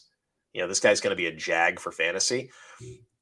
He might get some production by default if he gets thrown in because players are just going to be running into him constantly. It's like if a running back trips over you, get credit for an assisted tackle. So you might get some production by default. I know our guy Gary Van Dyke likes to use that term a lot. It's that's his best path to productivity for fantasy. I'm staying away from him because I prefer talent over luck, and because one of those is staying power and the other one, frankly, doesn't. Well, that's fair. I think I like Christian Harris a little bit more than you, but I also You do not like heads over heels over this guy or anything like that. Taxi stash if you want. He's probably a guy that you'll be able to pick up at some point off waivers if he ends up getting a starting role, similar to linebackers every single year. There's always 2 or 3 guys each week that are playing because of injuries, and you can go slot him in as an LB2. He's going to get drafted simply because he played at Alabama. That's fair. So, let's move on to Greg Dulcich, the tight end that I think is officially the tight end 2 in this class and could outproduce Trey McBride year 1. You think that's a hot take? Oh, okay. I was waiting to see if you had something else there. I was like, Here's the come thing. on. Here's the thing. He is an athletic specimen. Everyone's super hyped about Albert O. I've been talking with Jeff all offseason about how this Albert O talk is just like, it's crazy. Albert O is fine, right? But Greg Dulcich, he stretches the field like nobody else in this class, right? He's been top 2 for 3 years in a row in the NCAA in yards per catch. And I could go on and on about Dulcich, but in the end, I think that he's the type of guy that's going to fit in perfectly with what Russell Wilson likes to do, and I think he's going to do that better than Albert O. I don't think he's going to be better than Albert O for fantasy in year 1, though, but I think he's going to be taking that man's job. Well, let's think about this in a 3-year window, right? As dynasty players always do, we think about a 3-year window. In that offense, over the next 3 years, is Jerry Jeudy going anywhere? Probably not. Is Tim Patrick going anywhere? Probably. No, he just re-signed a new contract. He's not going anywhere. Cortland Sutton going anywhere? That's what I meant. Yeah. I don't think Cortland Sutton will be back. Well, they just gave him another contract too. So I think he's going to get moved. Well, they paid him still. So fact is, you got 3 guys under contract. I just want Greg Dulcich to be. I'm saying no to And then- everything just by default. And then you've got Albert O, who at least has 2 of those 3 years at least under contract. And then you've got Javonte Williams. So the question becomes, where do his targets come from? I'm not doubting the player or the talent, but I am doubting the opportunity. And that's a big part of like when I go through and I do the rating sets for all of our players, opportunity is a big part of it, right? He doesn't have any. Yeah. I think he's the number 2 tight end based purely on the fact that it's such a bad tight end class. But this is a very good football player who landed in a spot where unless Denver starts running more 2 tight end sets and starts targeting guys in the middle of the field more frequently, I just don't know where his touches are coming from. There's only one football. They only throw it so many times a game. It's finite. Well, so I would counter and say, how many games are Tim Patrick, Jerry Jeudy, and Cortland Sutton going to play together over the next 3 years? Probably 4 or 5 a year. You've got a point there. But if you've got to rely on their injuries to get your production at tight end, you're probably still going to be in a bad way. Well, I think that in the end, for me, mostly, I genuinely believe that he's going to end up taking the job from Alberto. Sometime in the next 3 years, that's going to happen. And people are hyped over Alberto. I think he's fine. But Alberto is mostly that He's a athlete 90. profile. Albert O is a 99 percentile athlete. Like he's one of those guys that has an incredible RAS score. Like he's a top end dude. You want to talk about athletic specimen? Albert O is a better athletic specimen than Dulcich. Dulcich, kind of looks like an Owen Daniels. For those of you that are old enough to remember Owen Daniels, who played for the Texans back in the day. Super reliable receiver, really nice player. I like him a lot. I would have liked him a lot more elsewhere. This would have been a guy. Oh, that's fair. I totally agree with that. Yeah, if he could have gone to Houston, where it's like he's competing with Brevin Jordan, he probably could have beat Brevin Jordan for the job. If he would have gone to New Orleans, he could have beat out maybe Troutman, and he could have been that guy. Heck, San Francisco runs 2 tight ends with some frequency, and their guy's always hurt. Yeah. He would have been a better asset there. I'm not knocking the player. I think the player is very good. I think the landing spot here, Russell Wilson's only going to be throwing it so many times, right? The thought here is that Javonte Williams will get first downs. Melvin Gordon's back. He'll be getting some first downs at least this year. These other guys, when they do make catches, they're going to be pushing the ball downfield. If you're drafting Dulcich, the thought is next 3 years, when does he become a starter? Sure.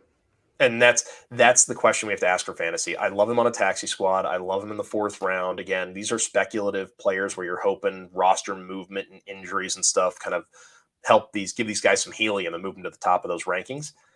I'm just having trouble seeing it with the current roster construction in Denver. That's fair. I would say again, for me, I have this feeling that he is going to end up in the next 3 years beating out Albert O. You just love his mustache. You're just all about his mustache is what it is. And I mean, he's got great facial hair. Don't get me wrong. I mean, I'm a fan of the mustache too, but Let's talk about one of the biggest fallers in the draft. Nakobe Dean, linebacker, Georgia, goes to the Eagles. Yep. Don't hate that landing spot. What do they got? Love it. Alex Singleton? Like, who cares? Kaiser White landed there. I know, but from the Chargers. Kaiser's great, but the thing is they're going to run 2 linebackers, right? So yeah, Dean will probably see the field off and on, I guess. I think that it sounds like injuries, though, right? The injury profile with him and the election to not do the shoulder surgery freaked everyone out. Yeah, there's something's going on with the shoulder, and we don't know enough about it because we don't get to see the medicals, right? But here's the deal. We're going to talk about talent purely. If you want to know what Nakobe Dean is as a football player, obviously you can watch what he did at Georgia last year, but I would challenge anyone to go on YouTube, go find some 1994 Florida State games and go track down Derek Brooks.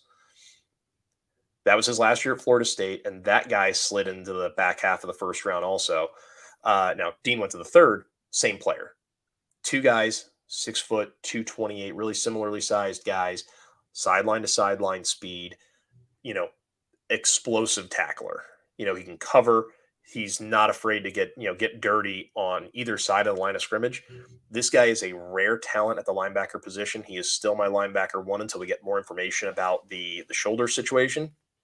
If that's going to impede his ability to get on the field, I'll consider moving him back and moving up those guys like Devin Lloyd, etc. But Nakobe Dean has rare talent. I am still willing at this moment, if my draft is right now and I have to make a decision, I will take Nakobe Dean at the back half of the second round right now still in a blended IDP league. He's too good because his ceiling, if that shoulder, say he does decide to get it worked on or he just heals up, he has near Hall of Fame level talent capability. Like, this guy is off the charts. He's very, very hard to pass on. Fair enough. All right, let's move on to a quarterback that a lot of people thought was going to go in the first. I have been pounding the table for months now to everyone I've talked to that Malik Willis is like the most overhyped and overrated thing I've seen in a draft in a long time. I know he's got lots of upside and so on and so forth, but people need to, I said this in our Discord chat the other day, people need to understand that Hugh Freeze, Lane Kiffin, and Josh Heupel make offenses so easy for their quarterbacks that you and I could step in and probably throw a couple touchdowns, like right now. I mean, hey, I've got great technique. I feel like I could do it. And all that said, Malik still, despite playing pretty poor competition, if you go look at his ability to put up stats, which we're talking about fantasy football, that's what it comes down to. Just not great. Just not great. He's got the rushing upside, which will be fine, but he's going to the Titans. Everything's fine now. I can just rest easy because he's going to be behind Tannehill. He's going to develop. It's going to be exactly what he needed to be in the first place, and he might end up being great here in a year or two. There was a lot of things going on in what you said there about Malik Willis. I liked him a lot. I have him as a QB1, and the reasoning here, his stats at Liberty were more a function of being surrounded by inferior talent. The talent he had on offense was poor when compared to the teams they were playing in that conference. So he was still the best player on the field at any given moment. What I really enjoyed was seeing those slight improvements in his footwork. I felt like he was dropping back a little smoother by the time we got to the Senior Bowl through the combine. I was really excited to see how his weight transfer and how his arm moved through the motion. It was very consistent, very clean. The slight nuanced improvements in his passing motion reminded me a lot of Deshaun Watson and how he improved from his time at Clemson through the combine. And a great quarterback coach will help with that, right? People always say, don't change their motion or this or that because they'll always revert back. Not always true. Guys learn things when they get the reps in with a great quarterback coach who's dedicated to just teaching motion and getting that foundation put back in place. It can be changed and it can be corrected, especially if the moves are minor. Now, you're not taking Phillip Rivers' sidearm release and turning him into an overhead passer. That's not something you're going to fix. But Malik Willis showed me that he can be coachable. And I think that's super important when we talk about a young quarterback. Go into a place like Tennessee where it's a winning foundation already. He doesn't have to be the guy. He can step in and learn from Tannehill, to your point. The only issue we have here is who's he throwing the ball to? No A.J. Brown. You got Treylon Burks. Well, yeah, but, let's hope that he pops, right? Like, We're obviously we haven't seen him play an NFL down yet. And then Derrick Henry is going to be gone by the time Malik I know. Willis is I was ready going to to play. say Derrick Henry's not going to be a factor in that offense by the time he starts playing. Right. So where's this team headed? So Malik Willis probably going to go from QB1 to QB2 or 3 before this thing's over. But that's not a knock necessarily on Willis as much as it's about the landing spot. Tennessee as a team could be kind of on the decline by the time he's ready to get going. Meanwhile, Kenny Pickett is in a great spot in Pittsburgh, and then you've got Ritter could be on the incline in Atlanta. All of those things are considerations when we think about these kind of 3-year window rankings. Well, that's fair. And I would say this is one of the first times that we've talked about any of these players where I have actually wholeheartedly disagreed. But this has been true with me in the fantasy community for the entire offseason. I just don't like Malik Willis, and I don't think he's going to pan out in the NFL. But moving on, Jalen Tolbert, wide receiver, South Alabama. This was one of my guys pre-draft. I love him. I think he's super talented. Unfortunately, he went to the Cowboys. He's got Gallup, who just re-signed there. He's got CeeDee Lamb there. He could end up sliding into that Gallup role that Gallup had the last couple of years, but I would have loved to see him go somewhere where he had the ability to play as a true 2 or maybe even slide in as the number 1 target. Unfortunately, that's just not going to happen here. No, well, that was never going to happen with this guy. His profile wasn't going to allow him to step in and be a 1 anywhere, and a 2 would have been a reach.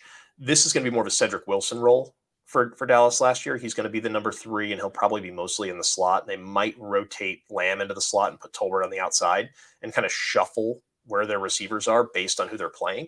Because what they'll try and do is force mismatches with Lamb and try to force feed him the ball. But Tolbert is silky smooth and fast enough where he can get behind a safety. He's quick enough to find little holes in the zone where he can stop, make the catch, and then take off before anybody else can move.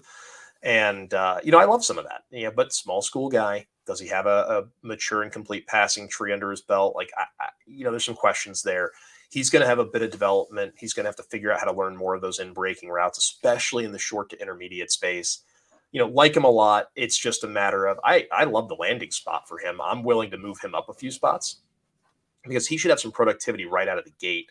And Dallas is a team where 3 guys can see 100 targets, and he could be one of them. There's no reason why in year 1 he couldn't see a solid 80 targets, and that would be a lot for a guy that we're talking about wide receiver, 10 to 14? Yeah.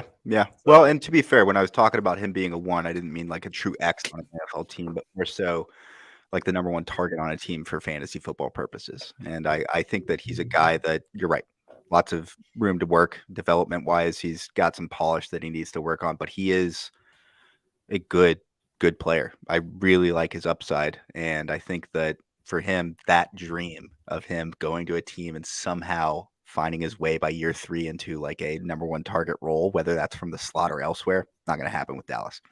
Moving on to Rashad White, running back from Arizona State, went to the Bucks. Talk about somebody that the draft community is going to freak out about. I think people always forget Tom Brady's 600 years old and he's probably not going to play forever. He already quit once. That's a lie. So, he's absolutely playing forever. I'm convinced he sold his soul to the devil and that he's not actually. Giselle has anything to do with it. Yeah, we'll see. Giselle's he might outlive. Giselle's going to be like, I have more money than you. Stop. She'll be retired and probably 30 years passed away, and he'll still be playing in the NFL. But Rashad White, they lost Ronald Jones. They kept Lenny. He's coming in. We had him as the RB4 pre-draft. Is he moving up at all with this landing spot? Mm-mm. No. Here's the thing. I like Rashad White. Good player. But again, we talked about how Breese Hall might be getting a little overhyped, right? This running back class as a group isn't great. Sure. This was a wide receiver class. This was a defense class, offensive line class. The quarterbacks, the running backs, some of these other spots are a little light. Rashad White is getting pumped up simply by his performance in relation to his peers. We look at all the running backs that are coming out. He's better than the other running backs, but it doesn't mean he's suddenly a great fantasy asset. I tend to go against the community here. A lot of people are really into him. Running back 4 makes sense, but it's kind of like, okay, cool. Well, he's the running back 4 here, but do you want the running back 4 in Houston? Right. It's running back 4, but maybe like the 18th rookie overall. Right. It's not the running back 4 in 2017. Exactly. This is a cat where touchdown Lenny is going to be the dude. Yeah, Ronald Jones is gone, but they have some other guys in the roster like Gio Bernard and some of these guys that are going to get touches. They lost a couple of really critical offensive linemen. You had Kappa took off and went to Cincinnati, you had Marpet up and retired. Yeah, you bring back Jensen, you got worse, but in the running game, you need those guards, and you don't lose 2 all-pro level guards and magically get better up front. Yeah. So I don't love the pick. There's not a ton of volume. I think this offense takes a sizable step back with Godwin being hurt. There's just not enough for me to get excited about here to draft him higher than RB4. Fair enough. So again, like, comment, shoot us a little comment in the YouTube section, or hop in and click the link and go comment on Reddit if you want to add in another entry. And we're giving away this autographed Aaron Donald jersey for everyone that's watching the show to enter and potentially win. And if you don't know, he's a Hall of Famer that just won a Super Bowl. He's good. He's pretty good. Let's move on to Tyrion Davis Price. Did what we I even thought have was the this weirdest pre-draft ranking? Did we even? I don't even think we ranked this guy. He was not on there, and I put him in as running back 16 just to make sure that he had something. Get a number. I didn't want to RB put question mark. unranked, but that was out of respect for you, Jeff, because you're a 49ers fan, and I saw this pick happen and was just like, what is going on with the 49ers? I don't want to talk about hate the this 49ers. pick. I don't understand it. I don't care about him in Look, Dynasty either. This is a look. They know they made a mistake last year with Trey Sermon, and this is another guy that tries to run with a bit more power than he probably should. When I did finally turn on a little bit of this LSU footage, he looks just like another Trey Sermon. I'm just not having it. It's not for me. Elijah Mitchell's still the guy there. Debo, as long as he's still there, is still the guy. Trey Lance is going to be running the ball. There's really no opportunity for this guy to see the field. And I get it. Anthony Lynn is now one of the running game coordinators or whatever in San Francisco now, assistant head coach, whatever, what have you. But despite his love for 2 running back sets, I don't see this guy being the other guy. Yeah. Our advice, it sounds like, Jeff, say if you disagree, but let your league mates get excited over the next Kyle Shanahan prospect and pick somebody else. Yeah. Wait to see who the Niners take in the 6th round and grab that guy. Yeah, I know, right? All right, Matt Corral, quarterback, Ole Miss. This is a guy that I saw 8 games of, and I don't know what to think of him. I have my reservations about him. Sometimes he looks like Steve Young. Sometimes he looks like Johnny Manziel. And I'm not saying good Johnny Manziel, bad Johnny Manziel. Comes from another one of those offensive simplicity offenses with Lane Kiffin. Makes it easy for his quarterbacks. And I'm not taking away Corral's ability to create highlights and cool plays. He's great with that. He's got great little legs. He can always break off a 15, 10-yard run. But he's not like Lamar Jackson fast. He's not Malik Willis with the ability to pound it up the middle if he needs to and pull in a good quarterback power run or scoot outside. He's shifty as a quarterback, but he's not a run first quarterback. He's not a super strong arm talent guy. I don't know what to think of this guy. In Carolina, where they've added a few linemen, you've got Christian McCaffrey, you've got DJ Moore, there's some weapons there now. And Sam Darnold's the signal caller. Matt Corral should be a 1st-round pick in your super flex draft because there's a better than average chance he's going to go ahead and win that job. And Carolina is going to be just too good to be picking 1 or 2 next year to have a shot at CJ Stroud or Bryce Young. So you're going to be stuck with this guy for at least a couple of years in Carolina because we all know it isn't Darnold. So he's got some moxie. His teammates seem to love him. He's got a lot of heart. He's one of those guys didn't opt out of his bowl game, ended up getting hurt. And he still made his way to the sideline, on crutches and everything else to cheer his team on when really probably should have been getting treatment. Real team guy. I can dig that, but very inconsistent. He goes after all the off-platform throws. He's mobile. He can do all these things. I want to see him play a little less frantic because I think at his best is when he's able to drop back. It's generally 2 reads, touchdown, check down kind of thing. If they can get him into that, it's like, hey, look at DJ Moore. Okay, he's not there. Throw it to McCaffrey. Yeah. And if that's the way they can run their offense, then he can be effective that way. And I'm not saying he's going to be a QB1 or anything, but in Superflex, if he's a low-end QB2 or a high-end QB3, that makes him a functional player at that point. And there's only 32 starting quarterbacks in the NFL. In Superflex, you have to have one of them. So, yeah, that's fair. I think that I worry about the regime in Carolina long-term in general. And I don't love Matt Corral anyway. Yeah, people keep worrying about regime. Let me just throw this out there. David Tepper was a minority owner of the Steelers. The Steelers do things a certain kind of way. They don't just rotate coaches. And I have to believe he's going to bring some of that mentality and philosophy down to Carolina. That's fair. That's a good point. So I think some of that might be overblown. It's just us, I say us, people in the media out here kind of fanning those flames. And it's probably not nearly as dire in their walls as it is everywhere else. First name shared with his coach. He's playing forever. Next one, Brian Robinson Jr., running back, Alabama. Had him as the RB5 pre-draft, went to the Washington Commanders, and Marshall asked earlier, can Brian Robinson Jr. take over Antonio Gibson? I mean, they're going to complement each other. Yeah.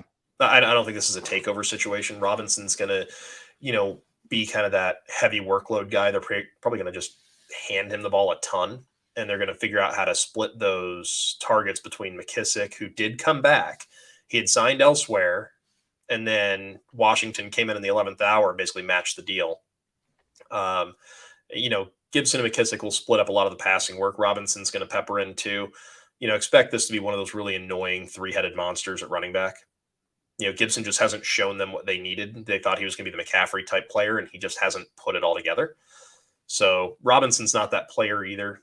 I would expect this to just be a migraine. Bad football team with a whole bunch of running backs. Seems like something to avoid. Yeah, that's fair. I think that Antonio Gibson and Brian Robinson are both guys that I'm not super stoked about in fantasy this year. I don't hate Antonio Gibson or anything, but this dream that people had 2 years ago of him eventually being the new what Saquon Barkley could have been, all that crazy talk about him he's like Christian McCaffrey. It's not gonna happen. Yeah. David Bell, wide receiver, Purdue, big name on all of the other Gridiron ratings shows all through the offseason. People have loved him. Goes to the Browns, right? So that's a great landing spot. And we had him as the wide receiver 11 pre-draft. What do you think of David Bell going to Deshaun Watson's reemerging job and target role? He's going to move up a little bit. But my question is how is this player different from Amari Cooper? You've already got Cooper on the roster. What they really needed was a field stretcher, or even like one of those quick underneath guys. You brought back, Njoku. You have David Bell, and you got Amari Cooper. You don't have a field stretcher in the group. You've got a bunch of just kind of bigger bodied targets that can move chains, which is great. And I get it. Watson did well with D-Hop, who's kind of in that similar vein. But will he get his touches? Yeah, I think he'll be useful for fantasy, but he's not going to be a sexy pick. It's kind of how he was for the pre-draft stuff, in these pre-draft mocks, everybody's like, well, I guess I'll take David Bell. He's just not exciting. He's not sexy, but he'll be one of those guys where I think you're just going to be perennially slotting him in as a wide receiver 3, and you're never going to be excited about it. Fair enough.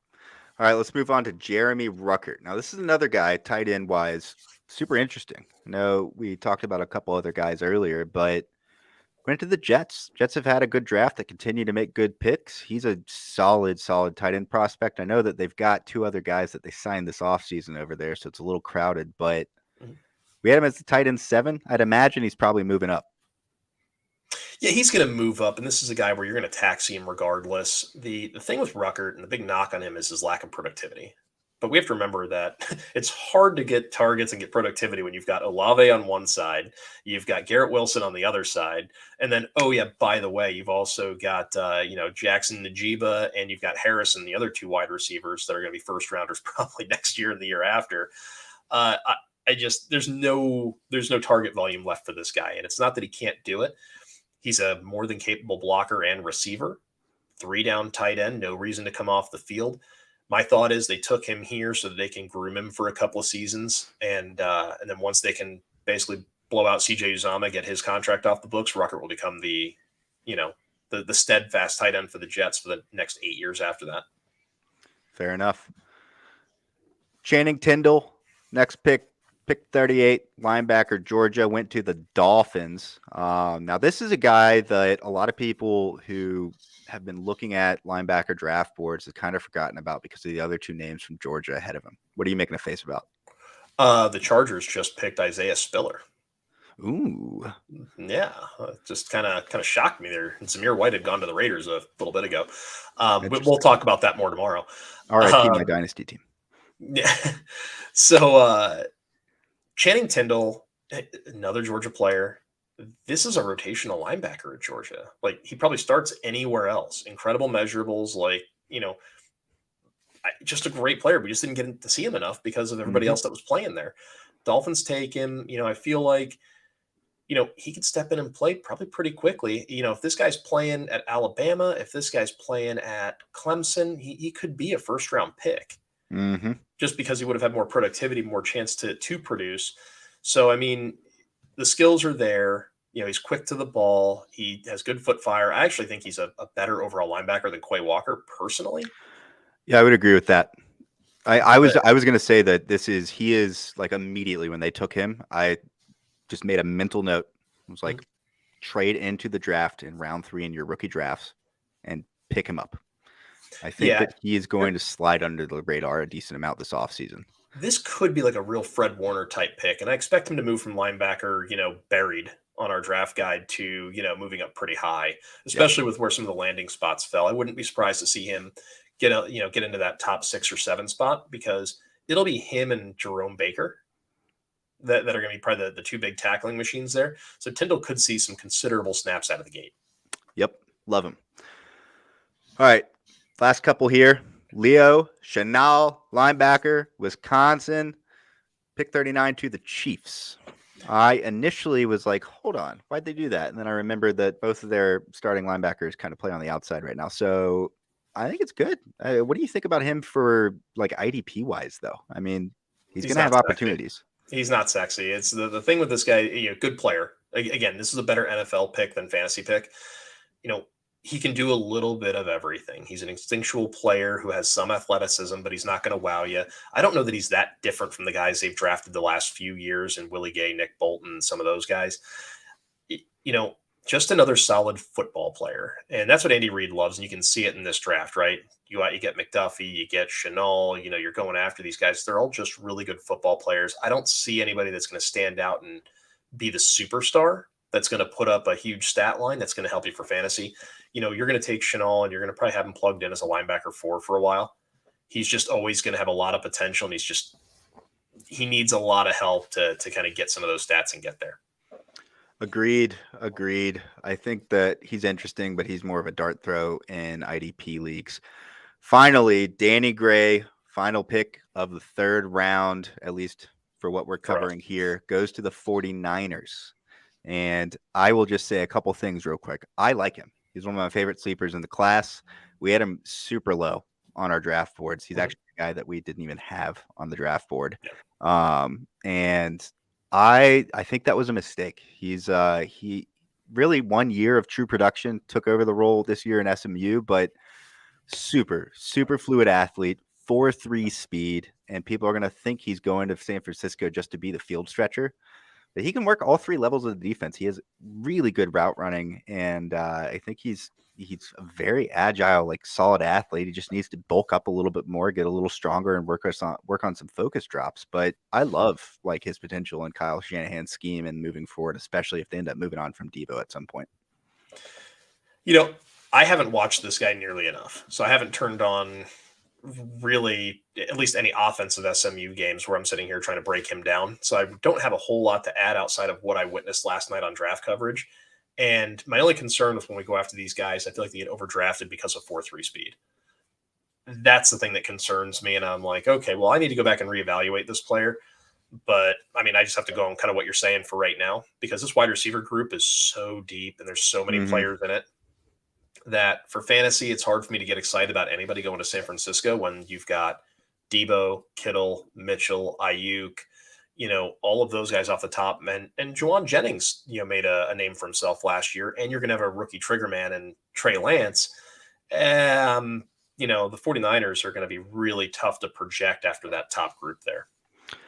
Yeah, I think that's fair. It's one of those things where Danny Gray, he's a taxi squad guy. I'm not trying to hype him up like you should go take him and expect him to be like your one fantasy guy. But if Debo is not in San Francisco next year, and this guy is able to go through the weight training program that they have up in San Francisco, put on a little weight, maintain his speed, when you go and watch some of the game film on him, he is a very, very electric player when he's running routes, and he gets open like constantly. And I know he's an SMU. He wouldn't play in SEC teams every year, but Yeah, and don't they run like a pseudo air raid down there? Yeah, but yeah, he's really exciting. Catch and run, solid. Like he's good. I think he could end up being something in San Francisco. Well, they love run after the catch guys. Yep. All right, so that's pretty much everything. The draft is on right now, so we're going to go ahead and close up. But again, don't forget to comment if you want to win the Aaron Donald autographed jersey giveaway. Also, Gridiron Ratings has a draft board that we have been pulling this information from. It's incredible. We covered it a little bit at the beginning of yesterday's show where we were talking about round 1. If you want to check it out, go look at that video. And do us a favor, like and subscribe.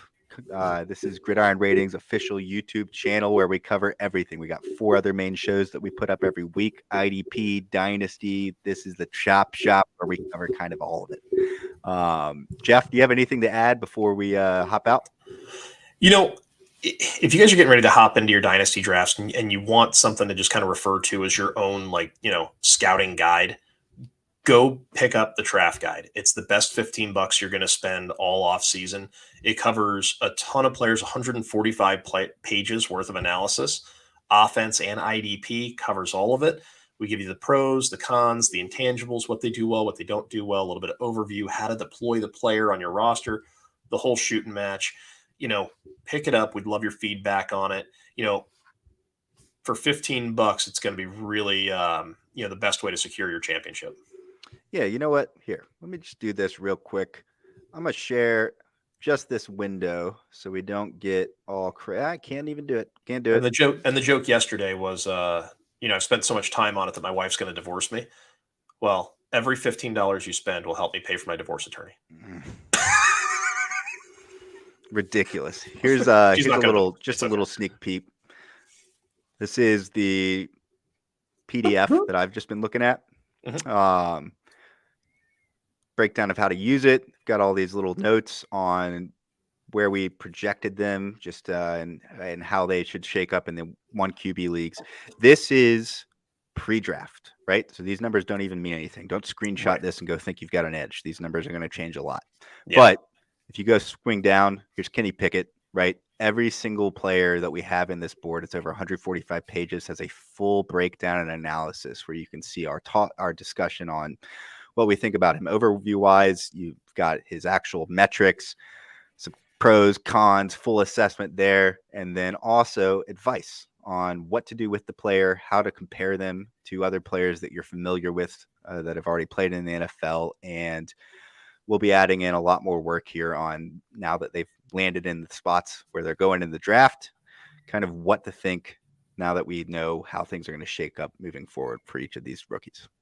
Absolutely. Maybe tomorrow, if we get a chance, we can actually share how this is going to parlay itself off into our big rookie draft or our big draft book for fantasy, which usually we release in June. That one's going to have about 300 and something players in it. We'll have the full projections and breakdowns of how they get their points and everything else. We have a mock-up of one of the pages that I think we can share it tomorrow. Okay. And so you can get a sneak peek of that. And there's some really good stuff coming down the pike here. Definitely, we really appreciate you guys tuning in, supporting the channel, picking up the draft guide and, helping us continue to provide some high quality content here. If you have feedback, anything you want to see, something you'd like more of, ping us, let us know. We're a small mobile group here. We're pretty fluid and we're happy to try and get those things done for you. Absolutely. Well, I'm on Twitter at Ronnie A. Evans and also on Reddit at Mr._football. Jeff's over here on Twitter at NFL_DiMatteo. Gridiron Ratings is on Twitter at Gridiron Rating with no S.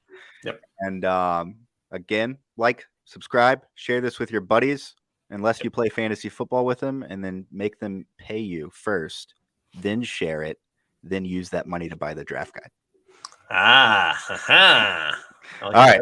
We'll catch you guys tomorrow for a little review of rounds 4 through 7. And during that, Jeff, what do you think? Why don't we do a little breakdown of kind of the overall picks and risers and fallers? You making a face. Last comment. Charlie Collier to the Ravens.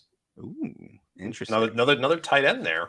Doesn't matter. Sorry. Mark Andrews is still going to be the guy. All right. Later, guys.